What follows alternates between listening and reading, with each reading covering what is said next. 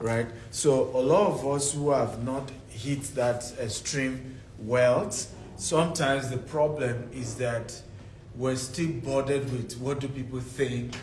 I don't want to disappoint people. But if you're going to be a billionaire, you have to build a culture of having honest relationship with people, right? People who approach you for things, you have to be as honest as you can with them. And in other words, what do you want from that relationship? Be honest, right? What are you also willing to give in that relationship? Be honest. Some of the people I have found annoying are people who are just coming around my life and cannot just go straight to, what exactly do you want? They want to dance around. What do you want? I need to know. So if it's something I can afford, I'll tell you. If it's something I can't, I'll tell you right away. But ability for you to build reputation that, this man, this woman is honest, will take you far in business. Why? Let me say this, and this is very powerful. Hard work, right, will make you your first 1 million, right? Of course, in dollars, maybe it will make you your first, let's say 100,000. I'm not even sure to jump to it.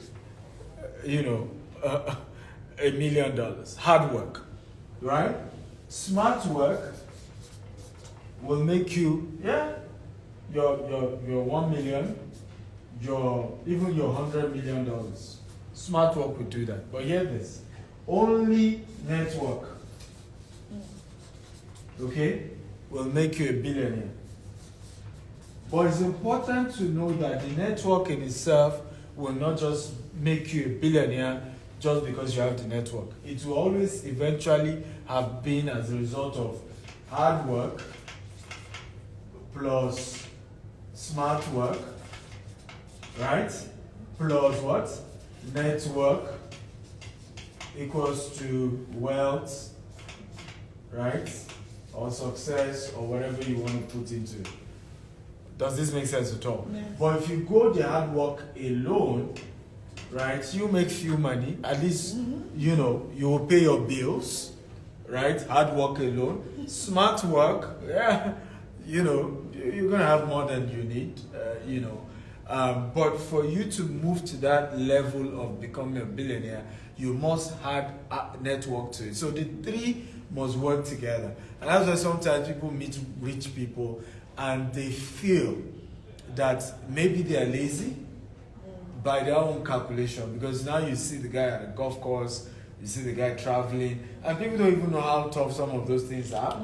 Like if you follow my Instagram, what you will see is that I was in Johannesburg last week, and and then I traveled to Paris, and then from Paris I'm in New York, right? So what a layman is seeing is how more, so much, right? That's all they're saying. But what they don't get is that at this phase of my life, I've done the hard work, I've done the smart work, and I still have people in our company doing those two. So what is missing now is what? Network. It's a network. And thank God you guys were at the Forbes dinner last night, right? That's what's not needed. You don't need to start meeting, because if you still need to do hard work, you have employees to do that for you. If you still need the mental work, you still have employees, to do that for you, right? The part that is missing is now that network. You have to meet those quality of people who can afford to invest in what you're doing at a high scale.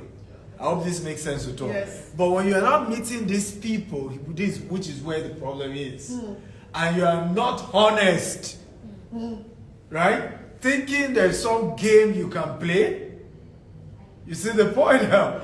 Remember, they themselves also have this backup of hard, smarts in their system. So I've seen people who think they can just play games with me. And I'm like, even if, let's assume I'm a fool, I have a whole army of people in my system. My employees are over 300. Somebody somewhere will figure you out. right? Somebody somewhere. So being honest about, hey, this is why I'm here. This is where I am. This is what I'm looking for, right? Will also help those relationships to grow, and will help people to take you a lot more serious. I hope this makes sense. Yeah, it does. So, the second thing I'm sharing under the billionaire habits is in page 121. And it says, avoid Ponzi scheme. Right? Mm-hmm. So, I realize again, thank God we start with the page 121, avoid Ponzi scheme. I realize that oftentimes, and I've gotten people reach out to me, Dr. Stephen, I have this idea, if I can just get this money, boom, boom, in 1 year, boom, boom, they give you all this. And I'm like, with due respect, I've been in business for over 20 years. I understand that things that work the way you have said, okay, are either Ponzi scheme, right, or they are what we call high-risk investment. And as much as high-risk investment is not illegal or even a Ponzi scheme, the chance that the same way you make the money is the same way you lose the money is as high. So I'm more experienced enough to know that you can't just get me into joining this whole thing, because I think about it in a more holistic fashion. So I realized a lot of billionaires, why they became so, was that at some point they figured out what is Ponzi scheme and what is not. And they avoid it. Right? I still listen to Warren Buffett recently watching his interview with his partner. And you could see them talk about their early days in business, the ones that failed. And you could see, even though he didn't use the word Ponzi, but you could see him emphasize the fact that at some point we got to realize investment that looks shiny, right? But behind it, this thing is not substance. And after losing some money, we had to get to a point where we now know that, you know what, these are the type of businesses, these are the type of shares we should buy, that in the long term, even if in the short time it looks somehow, but in the long term, these are the ones that deliver. So I tell, a lot of us who are on that journey of, I want to be a billionaire, I want to be a millionaire, multi-millionaire, I want to become extremely rich. I say, always ask yourself in any business, what is the risk level? And this is not because you will not do it. Okay? This is not because you will not do it, because I have a popular quote that says, if you hate what is currently your bank account, you know what's the problem? You're not taking enough risk. Right? Because money is only a reward for risk taking. It's true. Right? You can even testify to that immediately. Right? Money is a reward for risk taking. So, first of all, we're in the business of taking risk. We just need to know that. So, this is not about avoiding risk, but you need to even know what type of risk you are taking. So, when it comes to investment, there are 3 types. We call it high risk, okay, mid risk, and low risk. So you see a lot of people, for example, shouting, oh, Elon Musk has gone into cryptocurrency, he's invested in this coin, he's bought this coin. But the foolish thing with those who now want to join Elon Musk is that Elon Musk has his assets categorized into all these 3. You see the wisdom there? Yes. So the crypto part is just the high risk, right? Owning a social media platform is almost as low risk as it can get in terms of how the business typically work, right? Owning a car making company, you get my point now, has its own more reasonability when it comes to the risk, right? But of course, now owning all this, crypto is high risk. So my advice is that billionaires don't necessarily avoid high risk, but they break down into all these 3 categories. There's a percentage of their investment that goes into this. there's a percentage that goes into this, and there's a percentage that goes into this. So whatever happened, they are guaranteed that they're not going to lose all their money. Guaranteed, they're not going to lose all their money. And they don't go into outright Ponzi. And we must be clear about that as well. High risk does not equal Ponzi. Forex is high risk, but it's not Ponzi. It's not. Right? Even cryptocurrency, it's not Ponzi if it's done properly. Of course, there is a Ponzi version of cryptocurrency where there's no substance backing the coin.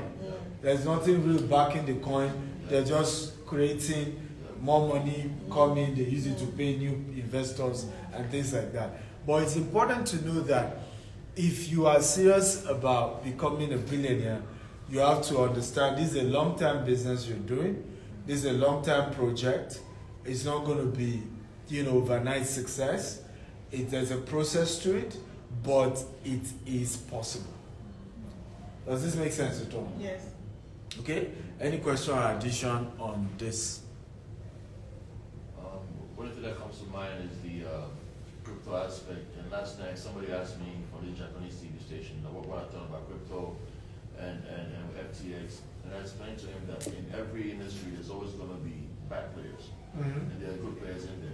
The crypto was supposed to be for groups of people who want to avoid bank charges. Yeah. Right? It wasn't supposed to be for speculations and hype and all the parties that they were actually doing. So when launching a stable coin, for example, art, like for instance, artwork collection or artists and such, we're going to launch a stable coin for our community to be able to use that to gain investments. Yeah. Right? But so that that coin is backed by real life assets. Yeah. Which can make money in real life. Yeah. Exactly. And crypto will just come and add to it to bring in more money and more revenue. Exactly. And it's unfortunate that sometimes when bad players come to industry and good players cannot even explain themselves in the meeting because they think, oh, you guys are all like that. Yeah. Absolutely. Yeah. Then I really appreciate the fact how you explain the way of Ponzi schemes. Yeah. Because I realize that this Ponzi scheme has really, taken the minds of a lot of youths. Yeah. Whereby they, borrow money from friends and families. Yes. Where they approach you, Yeah. trying to, tell you the amount of money you're going to Yeah. make at the end of the day. Yeah. And I just keep wondering that if actually the Ponzi schemes are real, no one, the gap between the rich and the poor would not even exist, because the tenacity, Yeah. the energy, the Yeah. drive, Yeah. the commitment and the Yeah. dedication that Yeah. is used to pursue, getting what you need for the Ponzi Yeah. scheme is so, I admire it so much, and I'm like, if only this can be diverted Into a into legal, some legitimate Yeah. kind of work, it's going to produce so much. But it's just that I think there's that level of impatience where Yeah. people are getting to the point of impatience where it's like, I'm not waiting for it to grow. Yeah. And that's because even those that have made it ahead, the Right. billionaires and all that, if we listen to their stories, if we take time to follow their Mhm. stories, we'll realize that they didn't just wake up into it. Yeah. It took time. They had seasons of failures and all that. And before they got to where they are, they had challenges, they had mistakes, Yeah. which we could learn from and make sure we don't fall into that. But I think the way in which their successes are being promoted makes the younger generations feel Yeah. like they just got into it. Yeah. And so it's like this Ponzi scheme is going to hit me into my billions Overnight. and so this is what I want, and then I'm going to testify and all that. So I think, because for me, I'm like, no, it doesn't work this way. But I've seen people lose even the money they were able to get from family and friends, Yes. which they could have used if it was a business, Yeah. to start up a business and begin to watch it Grow over because time. I'm like it's like a seed. You plant Yeah. a seed and then you watch it, you water it, Yeah. you go there, you take Yeah. out the weeds and all that, and then at the end of the day a tree comes up. But you didn't wake up to see a tree. It started in the process. So I think the generation that needs to hear this a lot more because of the spread of the digital age. Yeah. It has made, when everybody just comes on the social media and then, this and that. It's like, so there's a sort of level of confusion Yeah. that is going on that's not making people to realize that, see, you need to put in the hard work. the smart work, then networking, there are processes, and then you get to your place. You don't just wake up. There's a seed time at harvest. Yeah, one of the things I said in the book that I also think is missing is the place of mentorship. Right? So we haven't, I say this to people, what parents can do, you have teenage children or you have young adults, don't necessarily fight the fact that they're attracted to the guys who are extremely up there. Okay? What you could do is to look for a way they can serve those people. But are they ready to serve? I mean, if you are their parent, you can influence that. And they will. I think they will if it's somebody that is an image of what they're trying to become. Right? And in that tutelage, they can then gradually see the process, the hard work involved, and because the problem usually is that you are not really meeting these people to understand the journey. Yeah. Right? And even to be in their life, to still understand the struggles they are still going through, even at the moment. Right? And the battles they go through and things like that. So, because people are not getting opportunity to watch closely, and parents are also not investing in that. Okay? I have made up my mind, as soon as my children are teenagers, during holidays, even now I do it, they go to their grandma's place, my adopted mother. It's in the outskirts. It's not as beautiful as our house. My first son directs the place. His first complaint is that the food, because she portioned the food. In our house, my son just goes to the kitchen if he wants to be a chef, cooks whatever he wants, eat whatever the portion he wants. But there, they ration the food. This is what you can take. So, but intentionally, I tell my wife, holiday time, and then go and do 1 week or 2. And my goal is that as they become teenagers, they will have to go and work under my own friends. Even before they start working with me. Go and do 1 month, be his PA, carry his bag around. Go and do this. And I think, and they are not going to pay you. If you choose to dash you something, that's his choice. But this is not about payment. I was interviewing a veteran journalist yesterday on my Instagram. And she was sharing the same story. As soon as she finished secondary school, the mom said, "I'm going to get a job, go and get a job." And the mom didn't even look for who would give her the job, because you can't sit in this house. Go and look for a job, So she got the job. Her first salary was 1,500. It was even the school, their last born was in kindergarten or something, or nursery 2. So it was the last born school. She had to go and meet the principal, because I guess in the course of dropping the child, you cannot walk. So who are you? I just said, I've never employed a secondary school graduate, but I will make that exception with you. And that's how she got the first job, 1,500. By the time she entered 100 level, she started, because she just loved journalism, went to a TV station that she wanted to work. They gave her opportunity. They did not pay her from 100 level to 400 level. Right? Her name is Nancy Ilo. She's business journalist at AIT. You saw it on my page. And imagine who she is today. Today, I mean, there's no top business leader that visits Nigeria that will not go on her platform. Or she will anchor. When the World Bank president came, she was the one that anchored the event, do all of that. But today you can watch her as a young journalist and say, when will I be a Nancy Ilo? But she started from somewhere where there was even no money attached. Right? So parents also have to play that role of being intentional to say, go and work under this, my brother, or go and work under this, my friend. He's not going to pay you. Intentional say he's not going to pay you, even if the man wanted to. Right? And discourage you, so that even if he's giving, it's privately. And it rings into the person's head that this is not about the money. This is about you serving and learning. And gradually we'll begin to see a better generation. But we are, as parents, to have to demonstrate it to the children as well. They have to see us do the work. Sometimes I'm going to sites, I carry my family, and I'll tell my wife at some point she will bring them to come and see me on site. You know, let them see what daddy is doing. Because sometimes they always say, why is daddy always traveling? Why can't daddy just work from home? Why can't daddy just be at home and just play with us and just enjoy with us? Okay? Come. So come and see the process that is involved in this. Amazing. So I'll go to book 2 because we have 4 more to go. So book 2 is called The Billionaire Code. So I'll look at 2 codes as well. And the first code is in chapter 19 of the Billionaire Code. Unfortunately, it's not numbered. If you can locate chapter 19. The first code here is called passive income. Chapter 19, passive income. It says, if you have to work for every money you earn, where then is the financial freedom? Specifically, passive income is the money earned automatically with little or no effort on the part of the earner. So here's, I think, where, and I think this is valid for all of us, because I could see, except for her that is a lecturer, the rest of us are business owners. And I think this is why a lot of CEOs are CEOs, but they are poor. That's right.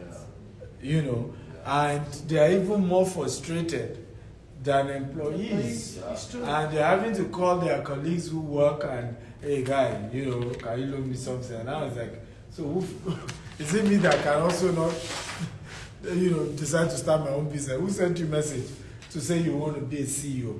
And it's because many of us who own businesses have not understood an aspect of this. Well, you know, Robert Kiyosaki called it cash flow quadrant, right? E, S, B, and I. So here's the problem. Even when the book was authored, right? The mistake was that, and I don't know whether the author also pushed that narrative, or it was just other motivation speakers that pushed the narrative. The mistake was people assumed that when you start your business, right, this is where you are. But that's not true. When you start your business, you are here. You are still self-employed. And remember what that book taught us was that if you're under 1 or 2, you can never be financially free if this is all you do alone. So you have to come to 3 or 4 or both. Is this making sense at all? So you then see an average person say, okay, I don't want to work for nobody because they've said if I am an employee, right, you know, I will never be financially free, because the real analysis is that 95% of people in the world, they're either employee or self-employed, and they only control 5% of the money in the world. So the richest people in the world, only 5% of them do this, and they control 95% of the money in the world. There was a data that showed that about 3,000 people or something after COVID have control over 70% of the money in the world. Right? Imagine how ridiculous that is. 8 billion people in this earth. And then you have just these 3,000 that has 70% of the money in the world. Okay? So that, of course, you say income inequality, people like my sister here can do advocacy and fight. The world is not fair, but it's because of what you choose to do. It's a choice of, do I want to be here? Do I want to be here? Do I want to be here? But here's where the problem is. People then quit their job and say, I want to start a business, not knowing that it will take another 15 years for self-employment to become a business. I don't know whether you understand what I'm saying. Because for something to really be a business, the definition is that it has a system that runs it. So whether you're there or not, it runs by itself, right? Now, how many business owners actually have a business that can run by itself? You see where the problem is? So, we are oftentimes self-employed with the illusion that we actually own a business in a system. Okay? And the worst part for most entrepreneurs is that we're now creating multiple of this self-employment. Yeah. So now, okay, I'm doing crypto business, which is self-employment. Then I'm doing forex business, which is, particularly if it's trading that you're doing. It's a different thing when you have now built a crypto firm, investment firm, or a forex investment firm, where there are people who do the actual trading. Do you see now, on behalf of your company, and whether you trade or not, money is coming guaranteed, because now that's when you are here. I hope this is making some sense. Yes. Now, so you see us, a lot of us now say, okay, so I will do this, I will do farming here, I will do this here, I will do real estate here, I will do this other one here. Before you say Jack Robinson, people are having 4 different self-employment. Yeah. Okay? And passive income is still not involved. So here is what I've always advised those of us who are entrepreneurs. Because, in fact, the biggest pain of being a self-employed is that you're almost killing yourself. You're working from Sundays to Sunday, yes or no? Right? You don't have a life. You are, your phone can't even live for 1 hour here. You are looking at the thing. I don't want to miss a call. I don't want to. I don't want to. Let me share this story. One of the hardest things that for me to do as a businessman was actually the decision to decide no longer, okay, that people have to call me if they want to do anything with our company. It was one of the toughest things.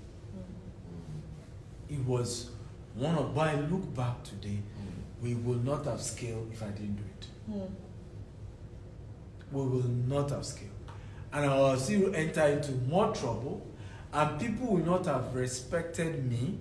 Literally, people will be undercutting me if I had not done it. So one of the things I had to do was years ago, I said, you know what? Going forward, number one, you can't call me anymore. And I made it known globally. You cannot call me. Okay? No matter what it is, you can't call me. If you must call, I have this number, and I have this executive assistant, and that's the person who picks the call. If it then is something I need to do, right? You will need to give us, explain it to my executive assistant. And then my executive assistant will then relate it to me and say, sir, so person wants to reach you, so person wants to do this with you, and this is the process. And do you know what was shocking to me till today? The people who respect that the most are the richest people in my life. Someone like Dr. Cosmos Wanduka, I can't remember the last time me and him spoke of. If he needs to see me, he talks to my people.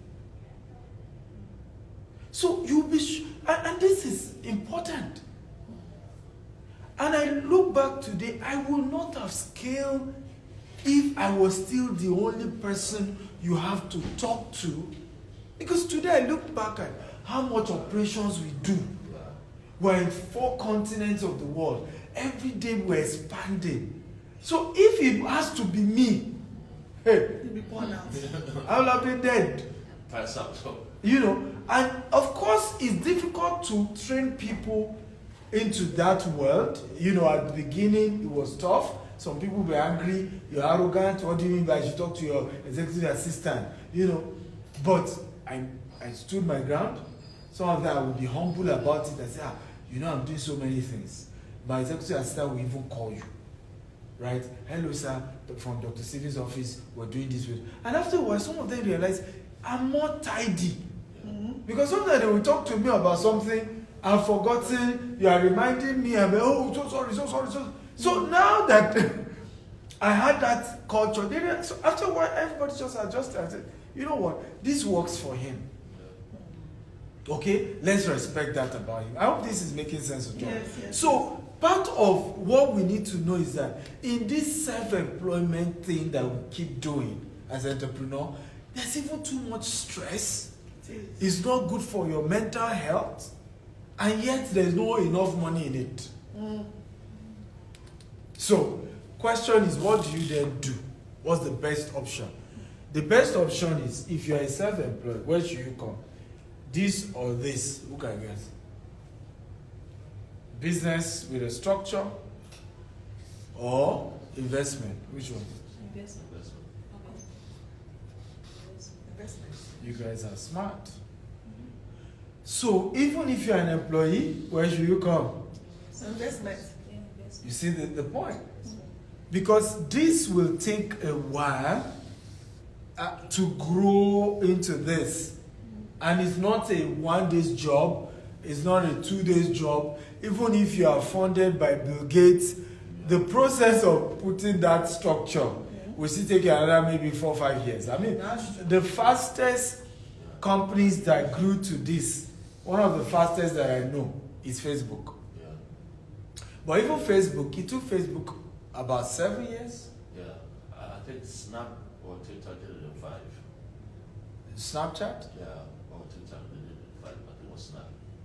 Snapchat? Well, I don't know the story, but an alpha is Snapchat, really. Yeah. Yeah. Because even the Facebook that we said achieved this, right? How many of us agree that Facebook will still have issues if Mark Zuckerberg leaves? Yes. Because it still plays a critical role Business structure. in keeping that company. Yeah. So, Yeah. you get my own argument. So, really, for the business to really scale, it will still take, even if you have the funding, so you got this, Bill Gates gave you all the money. Before you set up an effective HR, effective account, if, all the systems, before they are all set up, it will still take a few years. So my advice is always try to say, yes, what can I invest in that will continue to bring what we call passive income. And like I defined in the book, passive income is the type of income that you put in your money once, and with little or zero effort, it continues to bring returns on investment. And like I told you earlier, you must then do the investment into what? 3 levels, remember? High risk, mid risk, and low risk. I hope this makes sense at all. So when you break it down in that fashion, you have a scenario where you at least are guaranteed that, let's assume your small business crash, you have these guys to keep bringing money. Let's assume you're an employee and your boss fire you. You have this passive income that's bringing money. In fact, what I tell employees, don't resign until you have enough of this, where the returns that come from this is up to your salary. Then you can resign at that point and start from here. So even if this is not bringing much money, this is sustaining yourself, your family, while you work towards growing this one to become this. Is this helpful? Very helpful. Okay. Number 2 under Billionaire Code, the second code we're looking at, is called the Loan Code, part 15. And this is really good because this delivered me from evil. Like that scripture, deliver us from evil, for that is the kingdom. I realized for a long time that one of my biggest problems that I faced for a very, very long time was having struggled to save some money. I don't know whether some of you have been through that. You struggle, you save all this money. Guess what then happened? Somebody wakes up someday and then say, emergency, urgent. Yes. If you don't help me, somebody will die. Right? And then out of course, they blackmail you, emotional sentiments. You take all this money. You see the point? And then boom, you give these people. And before you say Jack Robinson, can I get my money back? No. You don't get the money back. And what it even does, which is the worst, 9th chapter, part 15, loan code. It's not numbered, it's towards the end. Part 15, loan code. Now, do you remember that? And I think because of the African culture, because all of us are Africans, people will also, even those you want to go and report to, will blackmail you into just the same thing with the sexual harassment we're talking about, or rape, right? It's the same thing. People will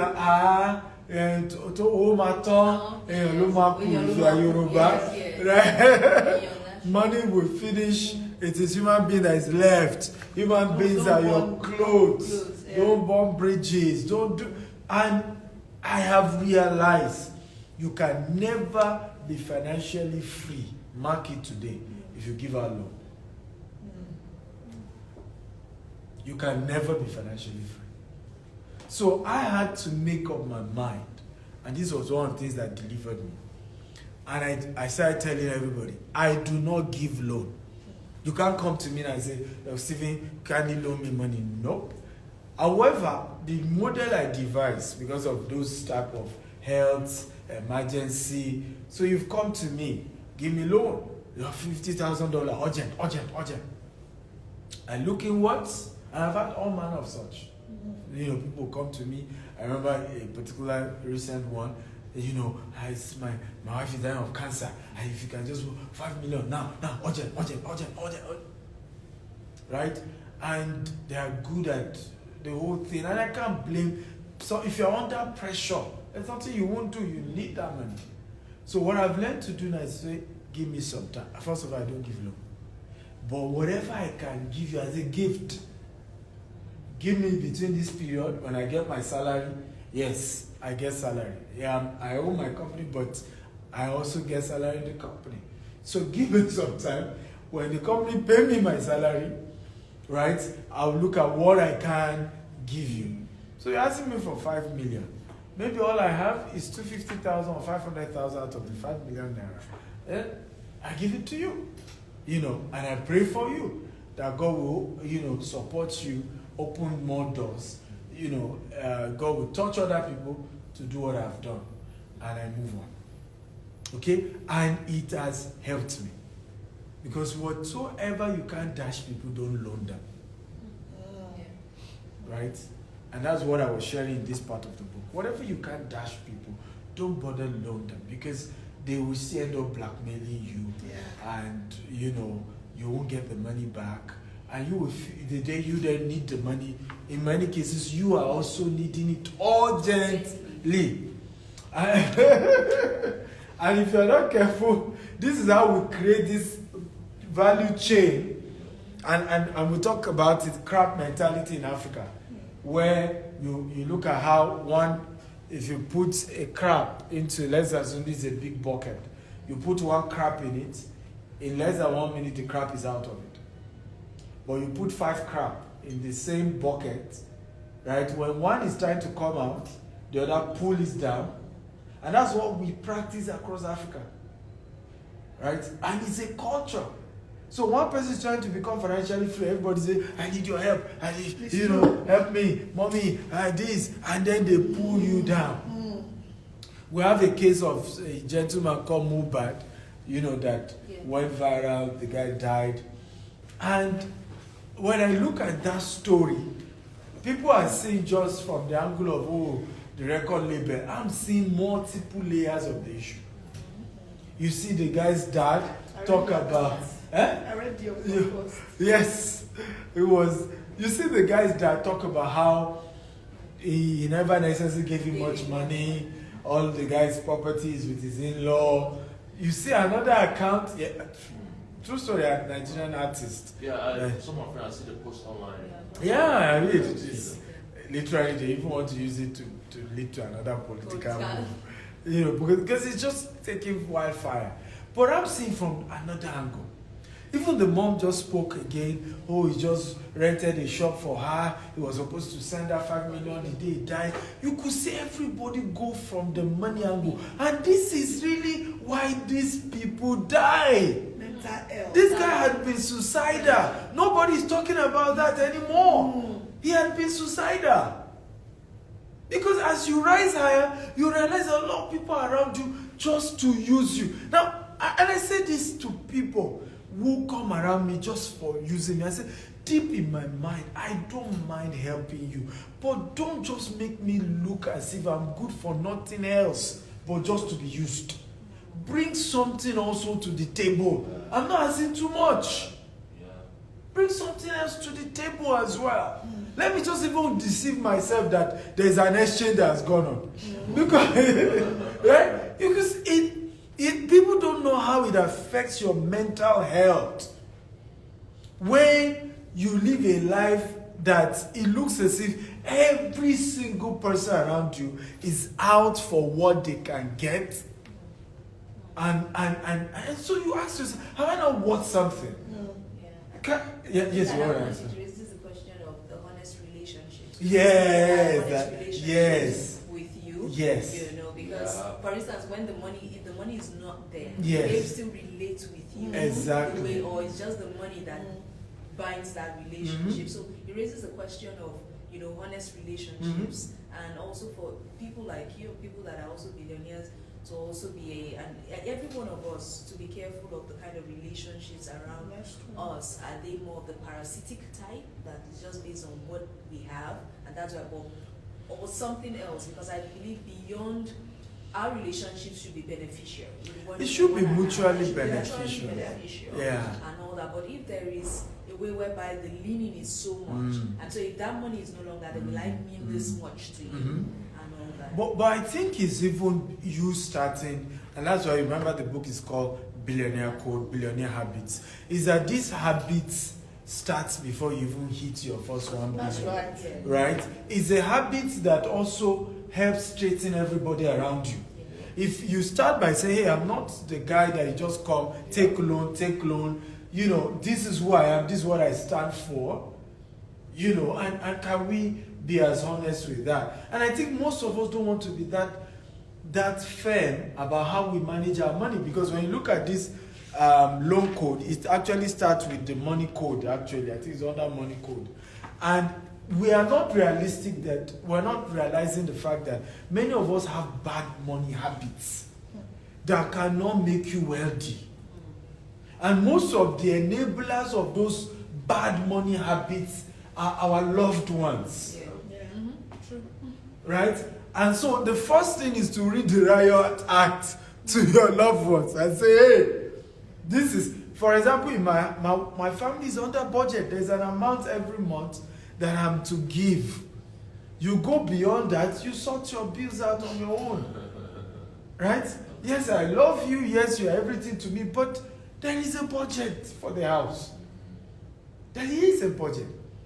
Same thing with my parent. My dad was the first, whenever I talk about this aspect of the money habits, and I talked more about in the billionaire habits as well, is that the first person that was my headache for me in this journey was my dad. He was always demanding, right? I need this, I want this, I want this. So first I had to do at some point to say, sir, what I'm sending to you every month is what I can afford for now.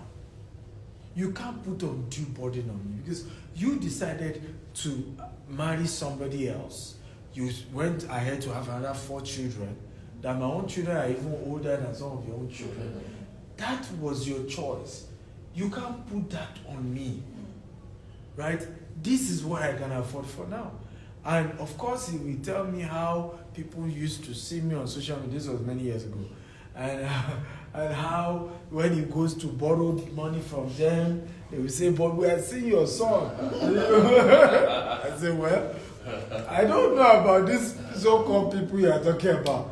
If they think I have not tried, they can help you as well. Right? They can do their own. But what me and I've done what I could afford. Of course, years later, today I built him a house, I bought him a car. But if I wasn't strict on him those times, I'll have it into my capital. And he will still not have a house that he owns today. Or at least that he lives in today. But this war about building your wealth is a continuous war. It doesn't end. Yeah. Even yesterday, I still had the same issue with the same man. I have a budget I normally send to him. That last month, I sent 40% above the normal amount. Only for him to send me a message, somebody died in the village send me some money, I need to go for his birthday. I said, so I just replied, I said, well, is it my fault now that I sent you 40% above? Maybe I shouldn't have done that. And anticipate that you will still come with this. So that at least I will not send. He kept quiet. So it's a continuous battle about your finances and putting the proper structure, right, that can help you to become financially free. I hope this makes sense at all. A lot of sense. Yeah, but the beginning is no loan. Even for business, those who know me know I don't take loan. Right? Now, do I take business loan? Yes, outside of Africa, yes. Because the outside of Africa, your personality is well separated from your business. Right? Now, in Africa, the law says, of course, your personality is different from your business. However, the practice on ground is that people join you with your business and are always wanting to do. So it's wisdom to be aware of that fact. And so even to tell people, loan me money, I want to put it in my business, I avoid it. What I then do, which is a strategy I advise most people to do as well, rather than take loan, sell something and get a commission on it. Right? So anytime you're under the pressure of, let me take a loan, ask yourself, okay, what can I sell? Right? That I get a cut. Am I making sense at all? And I call this, of course, they say your network determines your what? Your network, right? So leverage your network, okay, to raise capital. That is a more better model than outrightly going to those same network and say, borrow me money. Because when you say borrow me money, there is no dignity in it. Am I making sense at all? There's no dignity in it. But if you say, oh, I have this car, somebody wants to sell it, I know you do car, if you're interested, I can link you up. Oh, I have this house, people are interested in buying. If you're interested, one of the things I realize the most about many of us when it comes to building wealth is that most of us have not built enough wealth because we have not mastered the art of monetizing our relationships. Right? We know powerful people, but it ends at, hey, how is that? How do we monetize those relationships beyond just, I know you, you know me? During the Forbes dinner yesterday, somebody reached out to me. He knows a lot of powerful people from Dangote to everybody, all the top people. And he was saying to me, he said, I want to go into real estate. I said, oh, fine, so how do I help you? He said, no, I'm not necessarily wanting to start buying houses and sell or buy land in bulk and sell. He said, I have this huge network of people I know. Right? I'm willing to package your own estates, push it to them, and give me my cut. I said, why not? That one, if our God will bless you for choosing to do that one. Do you see? Now he has honor with me with that approach, isn't it? The people he's also referring those things to, he's doing it with dignity. Because he's like, thank you, I've been thinking of where I will even buy. Are you sure they're legit? Trust me, these are my people. Right? Meanwhile, he could be making an extra 2 million on each deal. Some deal he will make 5 million on one deal. One person buying a house will make 5 million. Some he will make 2 million. Some will make 1 million. In a dignified way. Everybody is happy. Even in future, when some of those people will be referring to how they own a land, or how they say, it was this person, she was the one that referred me, thank you, I will not forget her, because I have just been looking for credible people. If not for her, I won't get it. So, you see how rich people do. They monetize the relationships, rather than go for loan or go to beg. They look for, what can I sell to this person, that the person will be happy buying from me. Wow. I hope this makes sense. Okay, so book number 3. So you see why people are, book number 3 is Billionaire Habits for Entrepreneurs. But I hope you see why everybody, particularly in Africa, why people love the book. Are you seeing the wisdom about the book? Yeah. And do you agree with me that it's needed? It's something that I always say to people, I say it's not just a book you buy for yourself, it's a book you want to buy for your loved ones. You want to buy for people around you. And part of why it's important to also buy for people around you so that they are not the one bringing you down. They understand this new journey. They understand this new law, right? These new habits that you are trying to what? Develop. Some of them will say, fellow billionaire habit for me, right? Because they now understand, okay, this is the new model you are trying to go with your finances. So it's not just a thing you want to say, oh, I'm buying for myself. No. You want to look at how many other people you want to carry along in this journey. I hope this makes sense. Okay, so the next is chapter 6, and we'll talk about the giving habits. That's page 26 under Billionaire Habits for Entrepreneurs.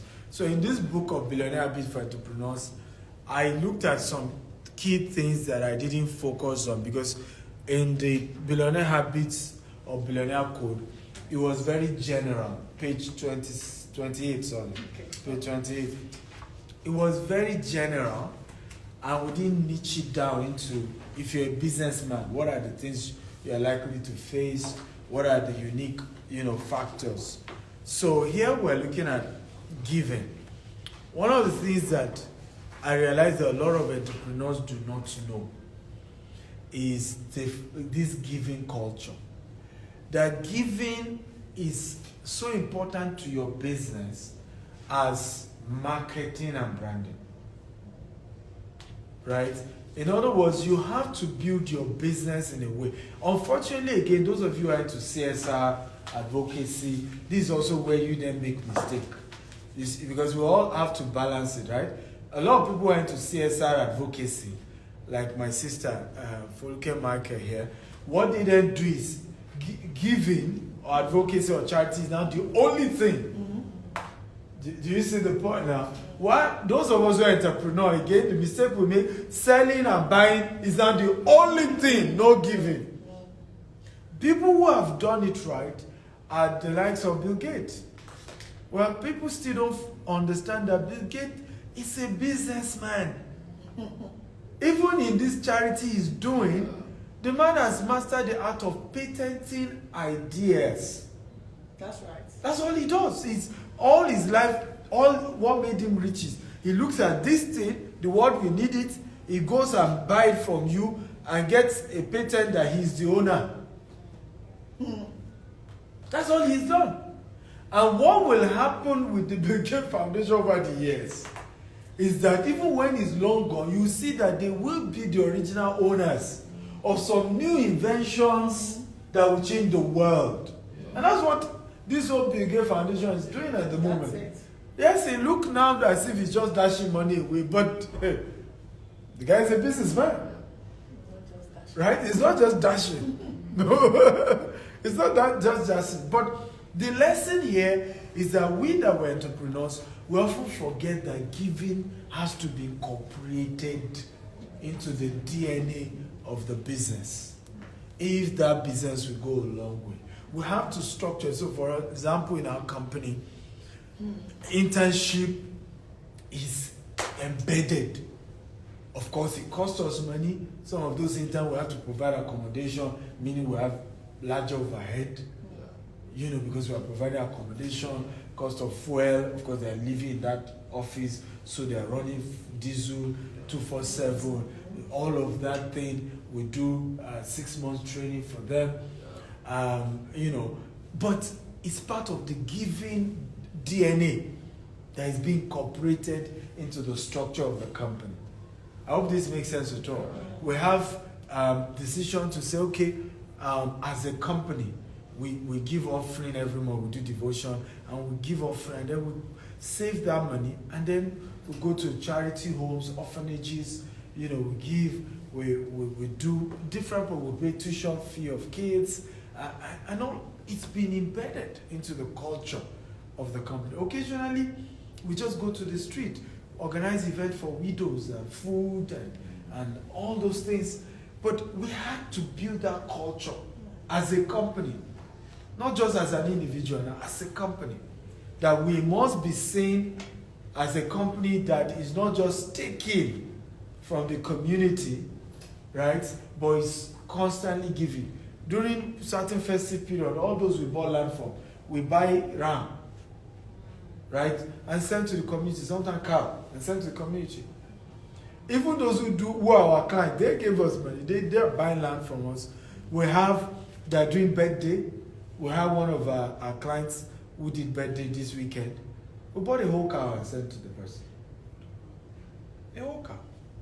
Right? So it has to be incorporated. Some people feel that, oh no, you bought for me, I've given you value, everybody kalas, bye-bye, we go.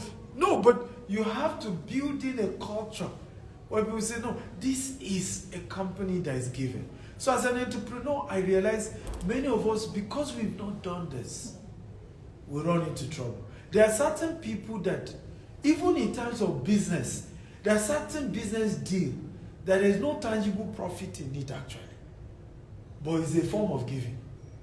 They're just doing it because in future, you will still, that seed will still germinate. Yes. Right? Some way or the other. Some relationship. There are certain celebrities that we engage, not necessarily because we felt the thing will work, in terms of maybe their engagement would help us to make money.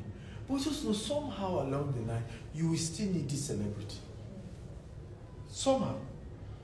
Right? Sometimes retired civil servants that you are reaching out to. And someday, you just know your company will need it.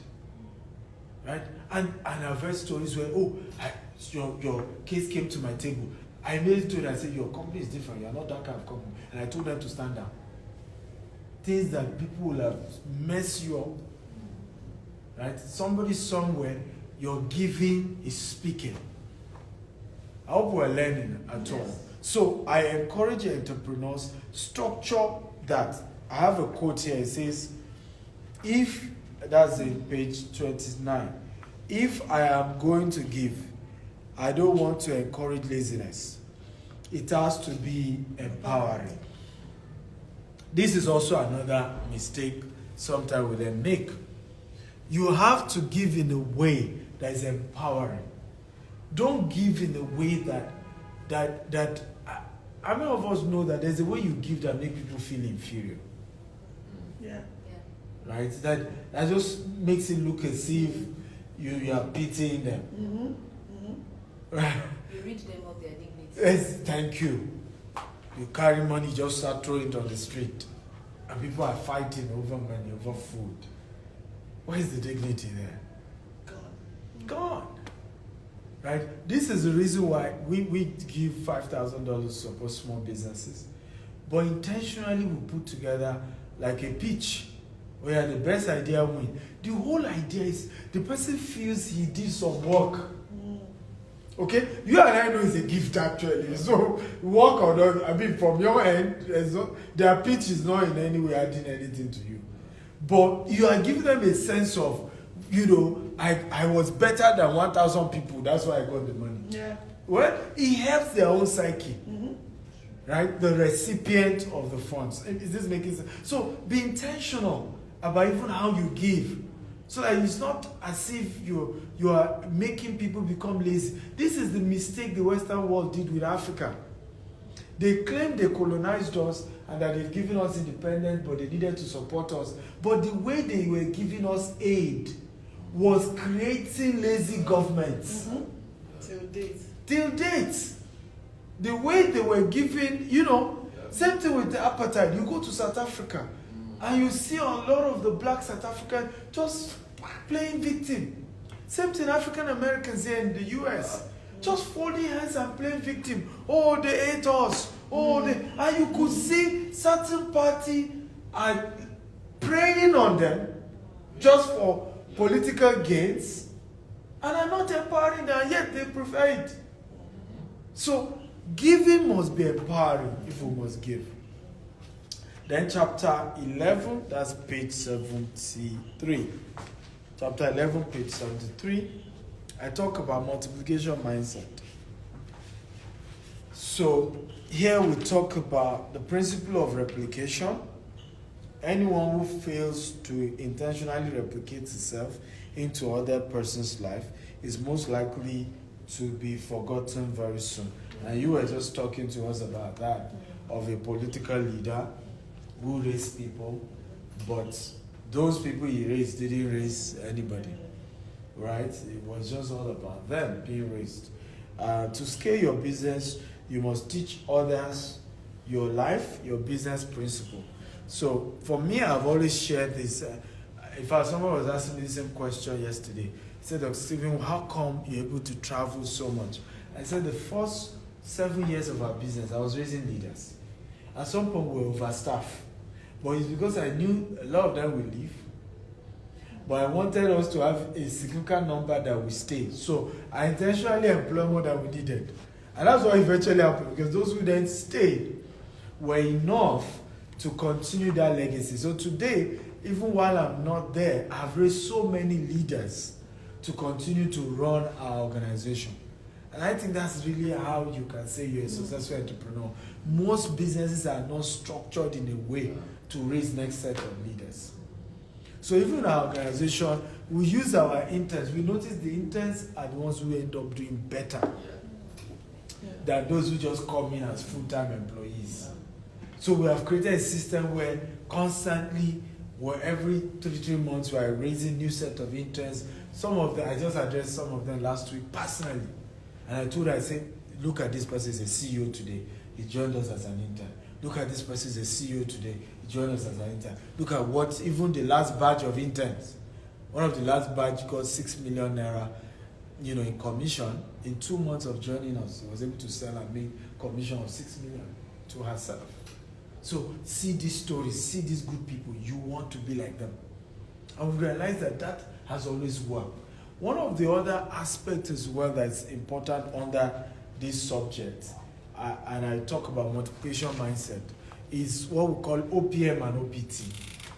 So I realize a lot of entrepreneurs have not mastered the art of OPM and OPT. Many entrepreneurs are killing their own businesses because they are not leveraging on other people's OPT, right? Other people's time, OPM, other people's money. So the ultimate secret to becoming a billionaire is these two things. You can become a millionaire by your own efforts, self-employed and all of that, yeah. But nobody in the history of the world has ever become a billionaire with only their time and only their money.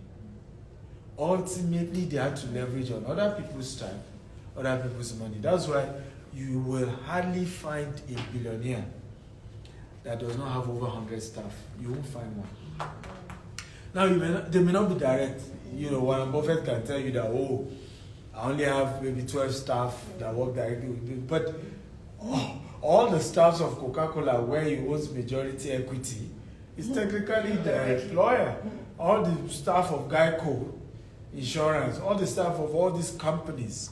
So they are all technically the ones doing all the work to make all the money that is ultimately helping him to be Warren Buffett, the richest guy in the world. All the investors, OPM. I'm shocked when I saw that Warren Buffett's annual general meeting sometimes is in a stadium. Wow. Yeah. 30,000 people, 40 people who bought their shares. Yeah, so you know what it means to have 40,000 people buy shares? And I'm sure that's not all the investors. Those are the ones who were able to come for that year's meeting. Right? So other people's money. So your ability to know that ultimate growth mindset, scaling mindset, is that you have to start thinking, how do I build the capacity to convince people to give me their time? How do I build the capacity to convince people to give me their what? Their money. That is how I am going to be a billionaire. If I don't master this, unfortunately, like I said, many of us waste our energy on what is not the most important. The biggest mistake I see with all South Africans, Africans have mastered the art of doing the technical work. We can do that. Yeah. The best plan, the best, products. We say yes. Nobody is better than Solution 17 when it comes to climate change action. Right? Yes. Thank God for that. But where we often miss it, how do I leverage on other people's money for it? Thank God for good products. How do I leverage on other people's time to make it work? Because that is the only way to scale. Right? I was speaking with somebody yesterday, built this massive real estate. The project is stuck. His money is stuck in the whole thing. He's not able to sell the product. And when we're talking, I said, your problem is marketing. Yeah? You are good at this whole building. You've done massive, fantastic designs. But you also have to intentionally build the capacity to sell. Now, let me ask you guys a question. And I want each of you to answer me. We have 2 more books to review, but before that, I want to ask. I'll start with you. Why are you aware, first of all, that Elon Musk's Tesla has never done paid advert to market Tesla? So tell me how you think he's been able to do the marketing of Tesla. And you and I know that you can't just go to Tesla and buy Tesla. It's prepaid. Right? You pre-order it and then you wait for a long time before it comes out. How was he able to do that kind of, because that's called genius marketing. Another word for it is viral marketing. How do you think he's able to do that? I want to hear from each of you. What I've not read into it very well, but the little I glanced through is looked at what the problem was. He's looked at the world as his own marketplace. As in, he's looking at the world as I can lay my hands on the world, and he built a model, right? Mm-hmm. And the model is more of I'm giving that I am receiving. So to him, he's doing the world a favor. Yeah. And he's not actually using his own money to do the world a favor. He's actually using other people's money and time to do the world a favor. So you make you feel like you need me more than I need you. Okay. And so because he does that, it moves people. This guy is not really telling you, come and buy. But you need me and you will come to me. Yeah. So the model works for him because the world is his marketplace. And another thing I've seen is that the platforms that he has, that is built around corporation, is built around these companies and these companies. If you want to make this work, you drive a Tesla. Necessarily, he doesn't need to market because the marketing is part of the model, and he's selling to you by even marketing without you knowing that he's marketing. He does it like he might be arrogant, right? But he's doing. I'm doing you a favor. Come to me. I feel that's. And you do that a lot. That people could feel, what is wrong with this one? But you know your audience, you built your model, you've tested your model, it's a product. So for you, your product lives in you. So by the time you're marketing it, not necessarily say come and buy, but it's a model that will work. The word come to me. I'm going to give you this, test, and come back to me and give me a review of what you're getting. So it stays in one place, the money is coming to you. For me, that's very genius, and the model works very well for him. Yeah. Hey, you can't jump. Welcome. Okay, you're next. Leveraging on other people's network. He's leveraged on his network. Leveraging on other people's network? No, I mean, he's leveraged on his network. I have not really read into the name word. I mean, leveraging on his network. Okay. And with his network promising that he's helping I hope nobody's staying outside for too long. They were able to bring you. Okay, welcome. Settle down, welcome. You're launching this book today? No, it's a signing. Now I've done launched long ago, but I'm doing a US tour. So New York, Dallas, Houston, and then doing a book review like this. So we review the book and we sign for those buying. Yes, and it's usually I just finished Joanna's book, and before I came to the US. Oh, good. Yeah. What? Are you part of us? Why are you staying far? Oh, I just came with Stephanie. Yeah, but join us. Yeah. So yeah, the UN event just finished. So Oh, okay. How did it go? it was great. It was really, really fun. Good, good. So meet Stephanie. Stephanie works with CNN. Yes. Nice meeting you physically. I couldn't meet you yesterday. You left. Oh, we had interacted through my pad before. Oh, yes, yes, Sent you a yes. message on Solution Are you 17. My name is Felipe Michael, Okay. the climate advocate. Right. Yeah. Nice meeting you finally. Well done. Thank you.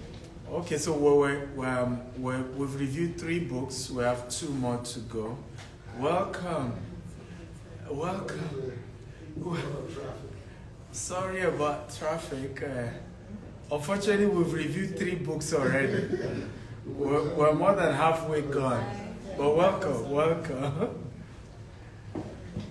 So, for those of you just joining us, we've reviewed 3 books, but we're discussing the 3rd one, which is Billionaire Habits for Entrepreneurs.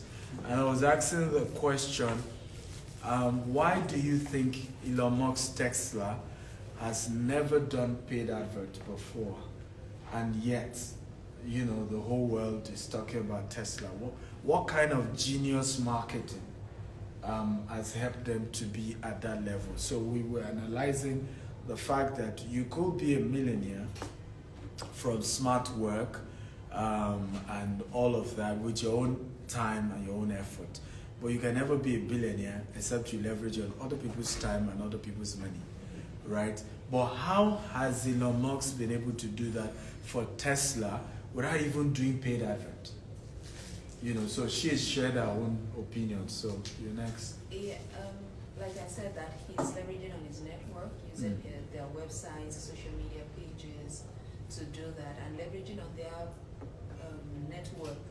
their networks. Of course, they have their own, in terms of people who patronize them, their group of people, and so definitely through that, they buy, and then there's a snowballing effect in sense of referral, and then that happens. So it's like they already own a market that are aware of them and they know them, and so and that's why they use that particular method. And I think also in a way they also use some form of online configuration or something, but but definitely leveraging on their networks, which also has to do with their network, of course, have money, and also promising them to also save time with the kind of stuff that they do. So that's what I haven't really investigated into. Now you're sounding like a professor of mathematical. He's a professor. Lady Ajayi is a professor, but not tech professor anyway. So yes, it's your turn. So basically, the little story that I heard was once he made a prototype, instead of paying mass media, he would go to this network, this corporate CEOs, and he would get them to buy into it. Some would say, "No, this is trash." Some would say, "Okay, whatever, I'll do a pre-order." And so basically, instead of mass media promotion, we would do direct selling to get a lot of pre-orders in. Then when the pre-orders are almost like ready to launch, we will do a big event party and invite all the press to come to that party. And of course, we're going to have wine and drinking, and everybody's going to write about it when they go back home. And we'll get to hear about it, but it's not going to pay a TV station $1 million or Super Bowl $2 million to advertise Tesla. So in a way, it's more like direct selling instead of mass media advertisement where you got to spend millions in ads. Radio, TV, or print, something like that. Okay, anyone else want to jump in? Yeah, I want to say that he also had a kind of first mover's advantage in the sense that it was an innovation. Yes. And so he was going to get publicity based on that, being an innovator. Yeah. I remember reading tech media about Tesla. People were very excited about it. So, you know, that combined to create a lot of buzz for him that required that he didn't have to pay any money. So I guess he's a genius because he created something that has never been created before. Yeah. So, I think if I could actually add this, I remember when I had meetings with you sometimes last year, we were talking about the life of impact without money. Yeah. Remember that conversation we had and all of that? I said, this 2023, and we were moving to using their own work. Or like you come to UN before, I'll attend, sometimes I speak, and I go back home, my name is on papers and all of that. But I came back this time around, and I told you that this time around is, like you said, first mover advantage. Going to convert all of this social impact into making money. Now, all of this network that I learned when we were speaking was for me to be able to leverage the fact that you can walk into Amina Mohammed's office or Secretary General's office or other UN agency or EU is to convert all of this into money. And that is why we are creating that art. That art is not just art. That art is product. That product has not been launched before. We're going to be launching them. And going through the 3 books that we reviewed before now is the power of network. How may we turn these things that is not, seemingly not money into big money? Yeah. How may we make this thing very scarce and no one has ever touched it? Power of network, and that's what we're collaborating with UAE government and the university to leverage on that. So for me, he has mastered this act. We might not be paying for media to make this work. Who is paying? The UAE is advertising, and they're going to be giving us with about 120 minutes to do an event. Who is advertising? The UAE. Who is talking to the university around the world? New York University. Who are the people that we're going to be bringing together to talk to the UN? So bringing all of this together, I feel is a good network power to actually turn this product into money. Yeah. Beautiful. Yes. One thing I like is when you're able to control your narrative. So if you're putting out things before anyone has an opportunity to create it for you and skew it, then you lose that first access point. So he's been able to just drive people through his Twitter, and they also drive through innovation by collecting email addresses and announcing what they're going to do to their crowd first. So it's all controlled before the media gets it, they're announcing it. So the media is always following them and not them following. So when you're able to control your narrative, you're able to lead how your message is transcribed. Wow, powerful, powerful. Okay, yes. And following what she said, how was he able to do that is because they created a solution to the world problem. We know about the climate change, and it came at the right time to solve the world problem. And every country of the world now, they want to see what Elon Musk is doing. They're interested in the solution, you know, to a world problem, to something that everybody's been talking about. So he created that at the right time, and the media, he doesn't need to follow the media. We have to go to him to what are you doing? What's the next thing that you're doing right now? So the world needs Elon Musk more than he needs the world right now. Well, that's the way he painted it. Another thing I was, anytime you create value, people gravitate towards that. And I just use a simple analogy of a farmer who plants a tree or apple tree. The apple tree never leaves where it is. But guess what? People find that apple tree. Why? Because the apple tree creates value. People want that. So no matter what, as long as he's creating a solution to people's problem, people are easily just navigating towards it. And it's just free. So the apple tree never leaves where it is to publicize itself. But people, because they need what you have, they would always gravitate towards that. And that's one of the things. You create value, and people drive towards it. Beautiful. Beautiful. So my thoughts are, it's almost like there's Team A now and Team B. So Team A are the professors and the technocrats and the Twitter heads and then Team B is more the natural stuff. And basically, everything that everyone said is right, but what I see is the key in anything is boldness and a mindset.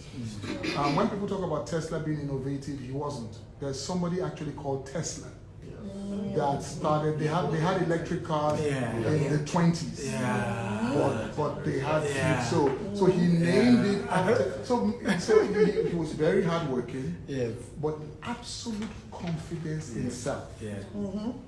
And once you have absolute confidence in yourself, once you are completely bold, once you are not afraid to fail, then you become a newsmaker.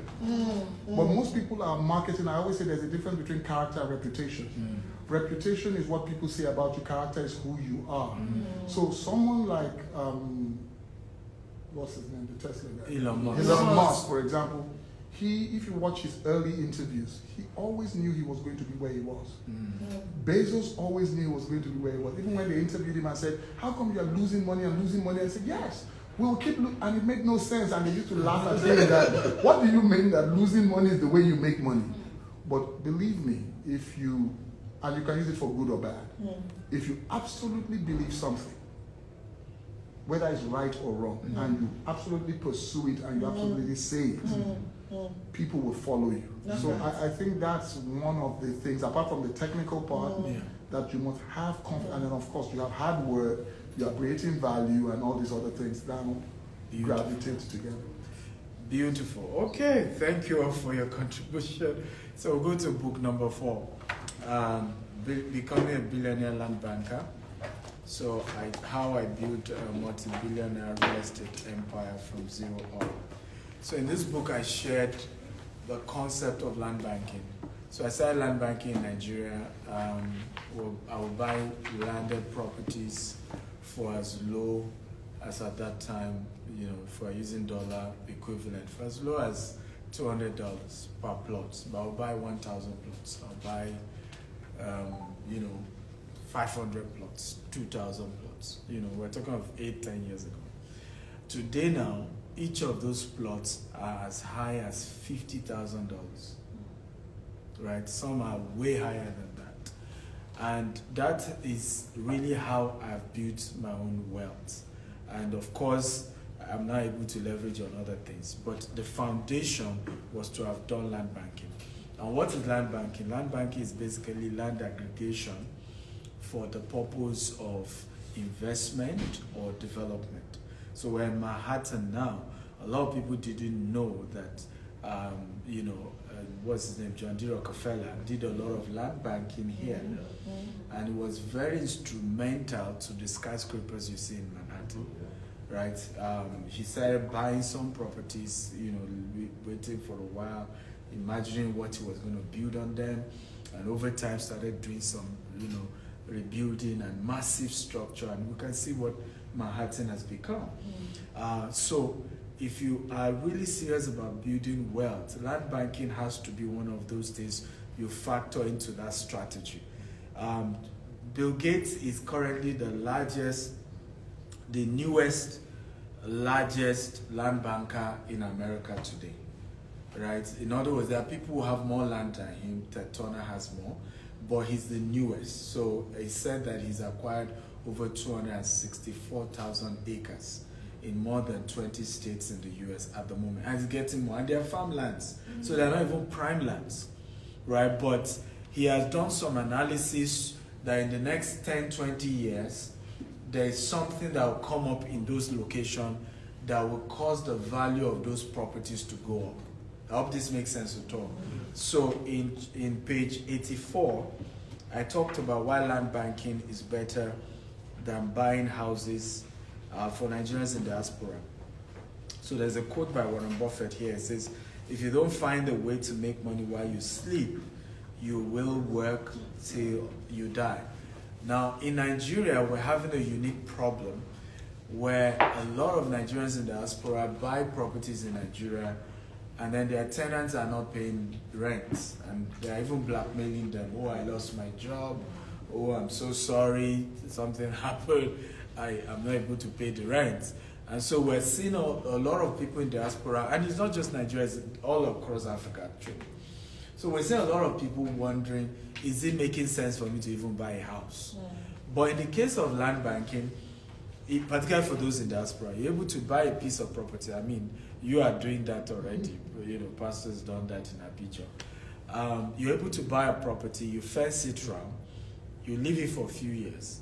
The value has gone up. Now, his own 10 acres that he did in Abidjan, I'm sure if we ask him how much was the value when you first bought that 10 acres, what's the value today, is amazingly way high. And he's not yet having that headache of, okay, my tenant hasn't paid me. The value is going up even while you're sleeping. I hope this is making sense, right? So that is one of the amazing strategy to building wealth using land banking. However, in his model as well, which is very fantastic, is that he's now converting that land to an estate. Because people pay rent better in an estate setup than in just you build a house somewhere in Songo or nameless location and then you're waiting for tenants to pay rent, right? In a proper estate structure, the caliber of people you are attracting to the estates, they are high net worth people and most of them will end up paying your rent. So these are some of the concepts that we shared in the book that is very helpful. Number 2 concept I want to share with us is in page 123. And I talked about 5 major ways to start a mini estate. So our companies came up with a concept around what we call mini estate, particularly for people who believe that the whole concept of doing real estate in Nigeria is complex, which it is. Omonile, headache, right? You have police issues, you have all manner. So not everybody has the structure to be able to do land banking properly or to buy land from community and guarantee that they won't take that land from you and all that. You don't have all that structure. For us, it took us years to have a retired IG of police on our board who handles all police-related issues, you know, have retired judges, have top lawyers. So today now, whatever issue is just, okay, which department handle those things? Now what we've come up with is that you can start an estate inside an estate. And that's actually how I started our first estate. Our first estate was in Ikorodu, and this man had over 250 acres. He was not able to sell. He had issues with marketing. So he came for my digital marketing training to learn how to use the internet. Then I wasn't into real estate yet. So I was in the class and I said, very soon I'm going to start my real estate company. So after the class, he walked up to me and said, well, I could be the gateway to you starting because I have 250 acres. I don't know how to sell it, but can use the internet and all of that. You are good at that. I'll give you 50 acres. As you sell, you pay me. And that's how we started, over 8 years ago, the whole development part of our company. And the good news for that property is that since then they've had litigation issues. I didn't go to court. Of course, my party won the case and we still own the land.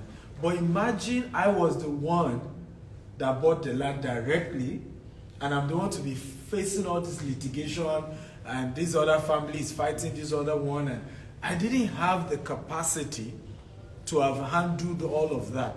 But because my partner, First Class King was involved in that, so I'm under their own arrangement, they have the capacity to face and defend all of that. So today we replicate the same thing with a lot of investors to say, we have some of these estates, 200 acres, 500 acres. You could buy 5 acres, you could buy 10 acres.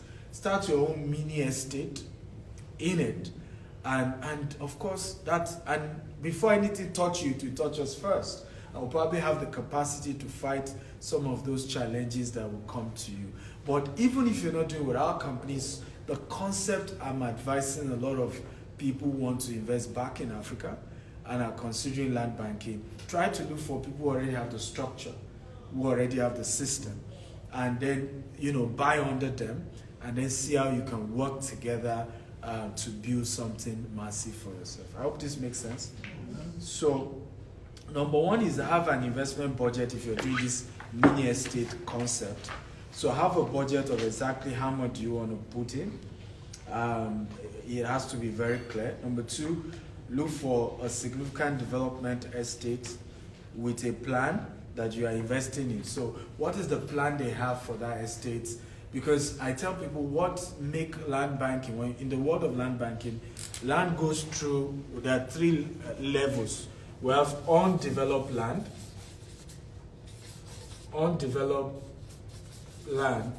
what's wrong with my land? We have pre-developed land. These are the 3 phases that land banking goes through. Then we have developed land. So who can guess what level is Manhattan? No brainer. Developed land, right?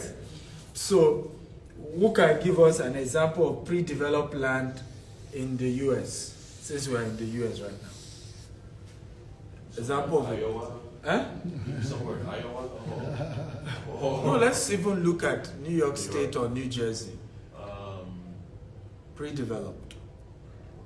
Like a vacant lot somewhere.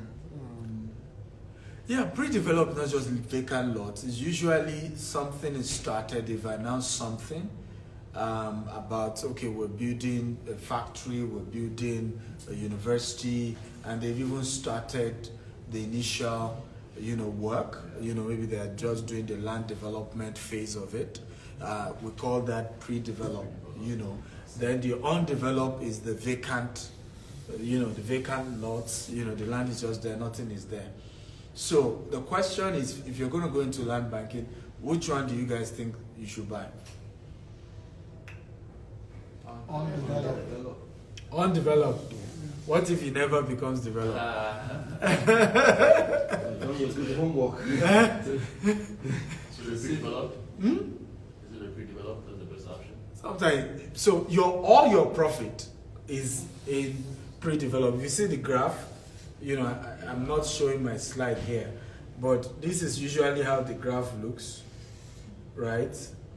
And then, so the biggest profit, so this is the pre-developed, right? So it gives you the biggest profit. If you look at the developed, it modulates, right? You're not even sure, sometimes it goes up, it comes down.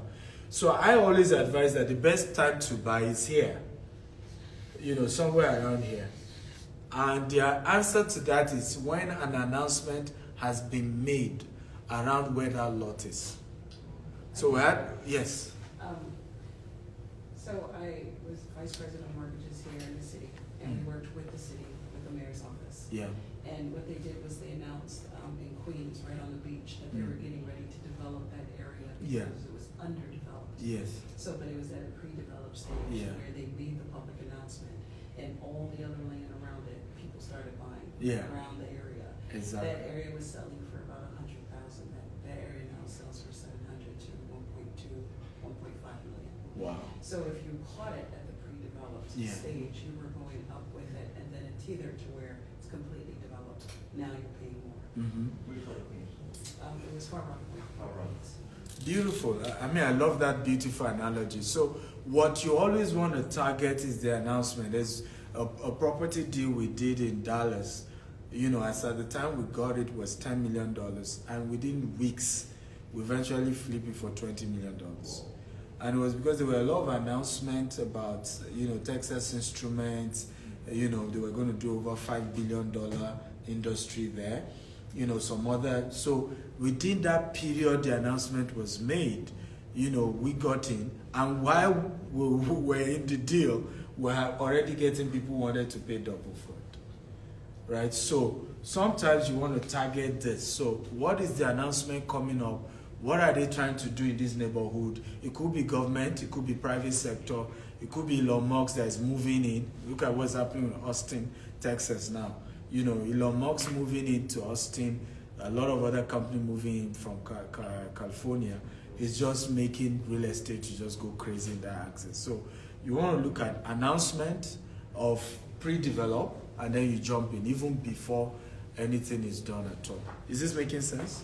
Yeah, I have a question. Yes. Does underdeveloped eventually, if you buy some underdeveloped, do they become developed eventually? Undeveloped. Yeah, the undeveloped often do that if But it's like you're gambling if you're just doing typical, without certain data. The only other thing you do here in the US is easy because the data are there. You can go to the city, they can tell you where in the next 5 years they are trying to build houses and all that. So you have that information, you can go and start investing. Another strategy, particularly in Africa, that we use, because there's no data in Africa. So what we use is we target major cities and where else is there land. So for example, one of the wise things we did, we have about 5 estates in the Betuleke alone. We targeted Dangote Refinery, Free Trade Zone, and the seaport. And those are part of the location I told you that we moved from just $200, some of them now $50,000, $100,000, the value of the property now, right? But after we did that, we asked ourselves, where is the next place there is land in Lagos? Once they announced airport in Ekpe, now we're launching our estate in Ekpe. Once they announced seaport in Badagry, we are launching our estate in Badagry as well, right? So we're targeting all that information as well as outskirts of the city. We know the development, we have to move towards that west side because that's where there's land. Development has to move now to Badagry and Ikorodu because you have most of this Lekki already choked up already. I hope this answers your question. Yes, sir. And I just sort of answering the question, what Dr. Kintai was also looking at is we're at different levels. So you have, and I think that's one of the points that you put in the book, that yes. Go into an established. So if you are a lone ranger, yes, you don't want to go to undeveloped land. Exactly. Because it's for the people that are able to commit the resources, they have the cash flow to buy totally undeveloped land, and they have the information. Yes. So I would say that for smaller individual people that are tipping their toes into real estate, you may buy an undeveloped land, and if it's not going to peak in 10 years, you get frustrated and sell it in the year 9. Yeah. And then the person that buys in year 9 gets all the benefits. So it's better to go in with a bigger developer that has already taken that risk, fenced the land, fought off all the legal challenges, and then they may have been in it for 5 years. Then you just come in and take your little bit out of it because you don't have the manpower, you don't have the resources, you don't have the legal team. And the muscle. Exactly. There's another part of Nigeria. I love that part. The muscle part that you need. The muscle part is important if you're doing this in Africa. But even here in the US, there's the muscle part. Sometimes people hate Donald Trump, but New York made Donald Trump way worse. The real estate was vicious, and he had to become that kind of vicious guy, for him to thrive in the New York real estate world. And it's also part of the reasons why he's very confident. He understands the American system. There's so much he's been through, and people don't know. I mean, someone was asking him, does he have sleepless nights? He said, I don't even think about it. But I think what they don't know is that he's probably gone through worse part of this kind of issues when he was still just doing real estate here in New York. And so he understands how the system works. So muscle is important if you're going to do real estate anywhere in the world. Of course, the muscle is not necessarily you one-on-one muscle, but in terms of institutions that you have built that can fight off challenges and issues. And those institutions is not just physical, police, legal, media now even plays a critical role. You must be way, way ahead of media, right? And for you to be ahead of media, you have to create your own media strategy, right? That you are the one telling the media firms, this is the angle I need us to go about what I'm trying to do, right? Because most people go into business or whatever trying to wait for media companies to say, okay, this is our rule, this is how we're going to go about it. Just like I think 2 people alluded to, was it you, about him creating a party inviting all these media guys. Now they're the ones having to go and report the whole thing. So you are that world where today the biggest battle is media. Not necessarily conventional media, sometimes social media is the perception of your brand, of what you're doing and things like that. Even for us as a company, it's part of why, I told her to come around, let's see what we can do. There's still a lot that I'm looking at, I'm saying we haven't done in terms of what we do. So for example, we launched a $5 million grant and we've given over $5,000 to small businesses. We've given 40 already. And, somebody was telling me recently, I said, this is not properly reported. Yeah. You're not, you do so much, but because you are not intentional about putting the media hype, it's not going far. It's except people meet you, somewhere else, and then somebody is telling them who you are and what you've done. Say, oh, really? I didn't know you've done this much. So I said, we're going to work with people like this to see how we can turn that around as well. But definitely the muscle involve media muscle as well. It has to be properly done. Okay, the last book we're reviewing is called The Billionaire Habits for Pastors. And it was forwarded by a Nigerian pastor who is into business as well, Pastor Lunde Emmanuel. And I decided to do this book when I realized the noise about churches, religious institutions, particularly in Africa, and the abuse was getting too much, and it's quite one-sided. And a lot of us who are church boys and church girls have been bullied to either keep quiet and just watch, even when, you actually actively involved in the church institution and you understand the other side of the story. That is not as rosy as people paint it. Not every pastor is out to extort and all of that. But I also realized that most pastors also created the problem we're facing, right? So I'll give you a practical example. He's a pastor here, and he has several real estate business, and most church members will never see him. I mean, he's had 20-something year law career here in U.S. real estate law, but went into ministry. So you don't see your pastor go to the courts, right? But you see that pastor drives good car. The day you go to pastor's house, big house, okay? Now in your mind you are saying, okay, maybe it's our tithe and offering. Do you see the problem? Yeah. Now, most don't know that, pastor has big real estate company in Nigeria. He has so many developments even here in Atlanta. You don't know that. So the assumption. Now, not only is member thinking that way, younger people who have also gone into pastoring under maybe, who looked at his lifestyle and said, if he can be this good, God has called me to preach the gospel. And they never had a career in law where they retired after 20 years. They never had all this, behind them. They're just starting afresh, and then all is about ministry. So you have that old bag.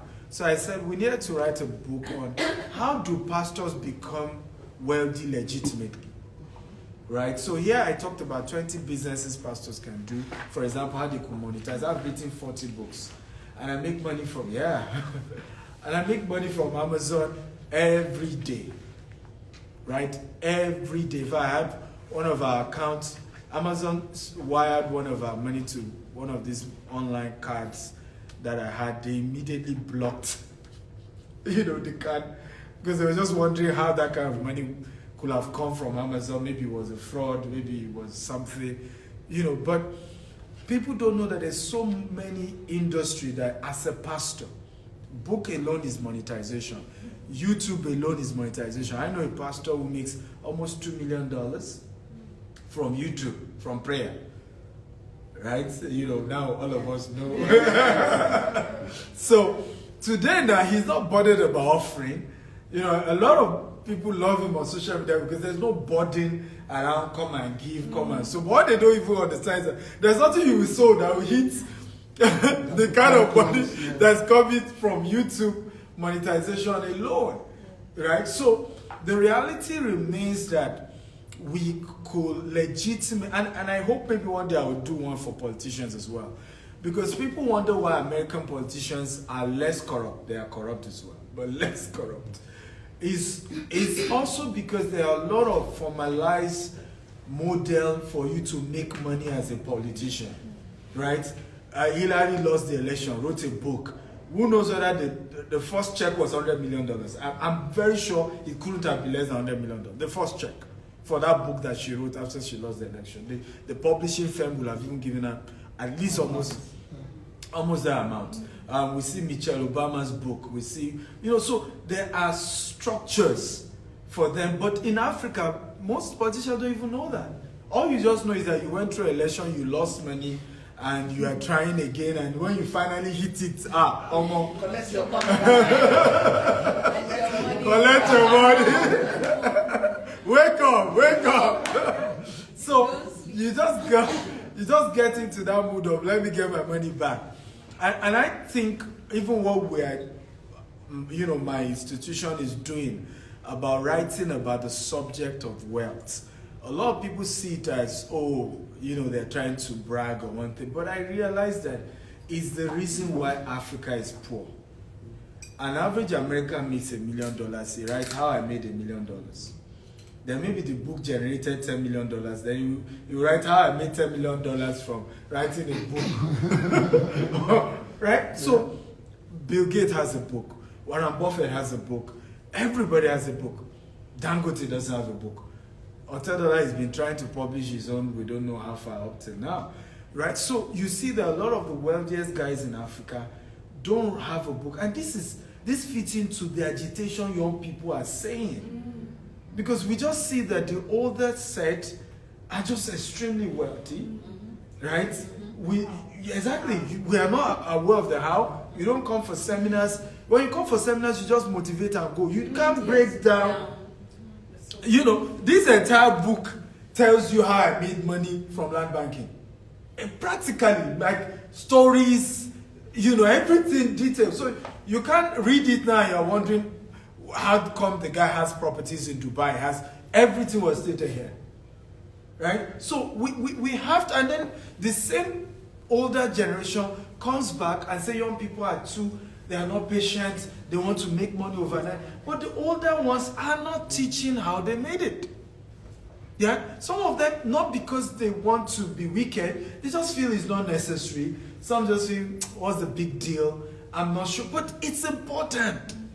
Because a lot of this Western, I tell people, I say, for example, most people don't know Donald Trump is third generation wealthy guy. Third generation multi-millionaire. Third. His children are starting the fourth. I think his grandfather came for gold. His father started real estate in Queens and all of that. He then moved to Manhattan. Third generation. His children are probably fourth now. An average black person you see is still third generation poor. Right? Third generation poor. Not even the ones who have now tried, maybe now first generation upper middle class. First. Not necessarily even rich. First generation upper middle class. So we have a long, and yet we are not even writing books. All these white guys, they will write how I made it, this is what I did, so the whole thing continues. The next generation can pick up. As a grandpa started gold business, he did this, he did that, he was looking at this strategy, but we are not doing that. So I hope that we will join me as we spread this message, because for me, I'm not doing even the book review. The goal is not to make money, right? The book is $47 each. If you're buying the entire 5, is $150. But even if everybody bought, this venue alone is over $2,000 or so. So it's not about the money, but it's that the story has to get out there. We can't continue to complain that young people are get into crime, and we're not providing an alternative, right? And we're not giving stories that can help. So I want to once again thank you all for coming, and I hope you will not just get the book for yourself, you will get for your loved ones. Those of you who are not pastors, please help me get these ones for pastors in your life. In fact, the ebook, I made sure it was free. In fact, the first week we had over 2,000 downloads by pastors, because it was for me a personal project that we need to work with. My father, was a clergyman, and he was part of the reason why we grew up poor, because he didn't do any work. And he was believing God that he would pray for people and they would remember him when God blessed them. And they didn't remember him. My mother was a civil servant, so she had to raise 5 children all by herself. So I've seen this firsthand, the impact. And even for me, I remained poor until I retired from pastoring. True story, I used to pastor in Winners Chapel. And I remained poor until I stopped pastoring. Okay, because in reality, the little money I make, I want to help this person, I want to help that person. Even decisions I need to make, I'm thinking religion, meetings I need to go for. I'm saying, they've said the guy is an atheist. If I take picture with him, maybe my members will start complaining. There's just so much around, So I really felt that there's a lot we needed to do to work with pastors as well around their finances, because it's hard to find a wealthy pastor that will be extorting members. Right? If your pastor is rich, you will love him.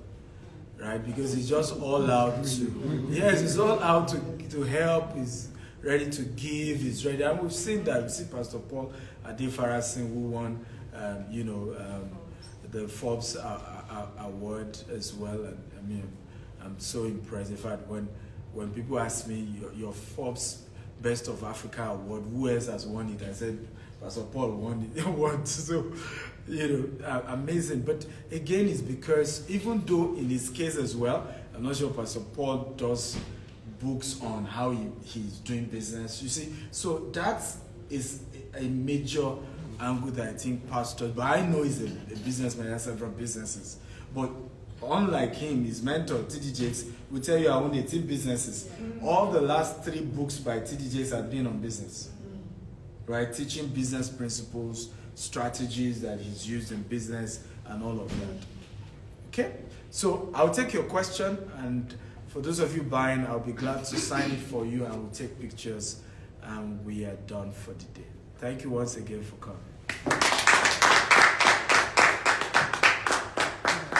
Let me jump in since we came late. Yes. You may have touched on this, but I'll just like you to speak to the importance of going to seminars and having a desire to be wealthy, but also having the understanding that you have to spend money, yes. Time, effort to be able to get it. So when we have events like this, people will not throng in. But when we have events that deplete resources and make people feel good, they will, and then they expect to do the wrong thing and get the right results. So I just want you to speak to that, especially for those that are watching. Yeah, they're watching online. By the way, we have a lot of people joining us online on Instagram.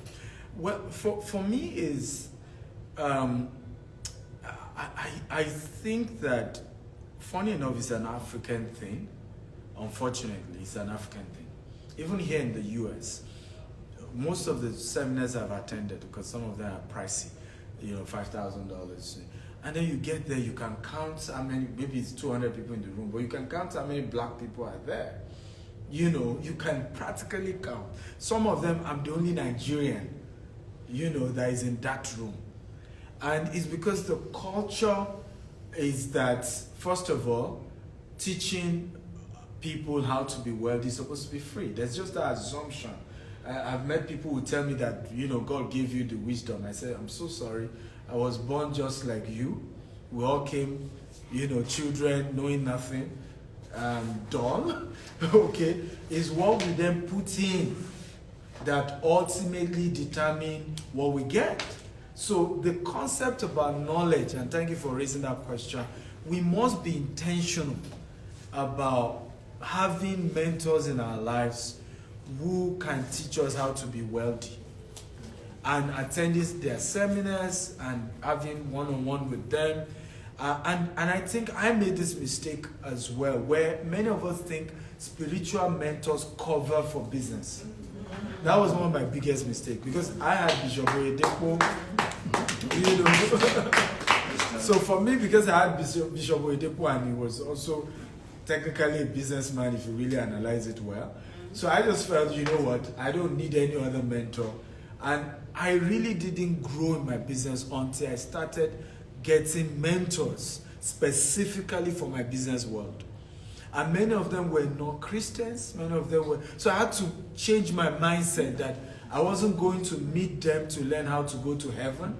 So I don't need to add this criteria of, you know, there must be certain values, certain this.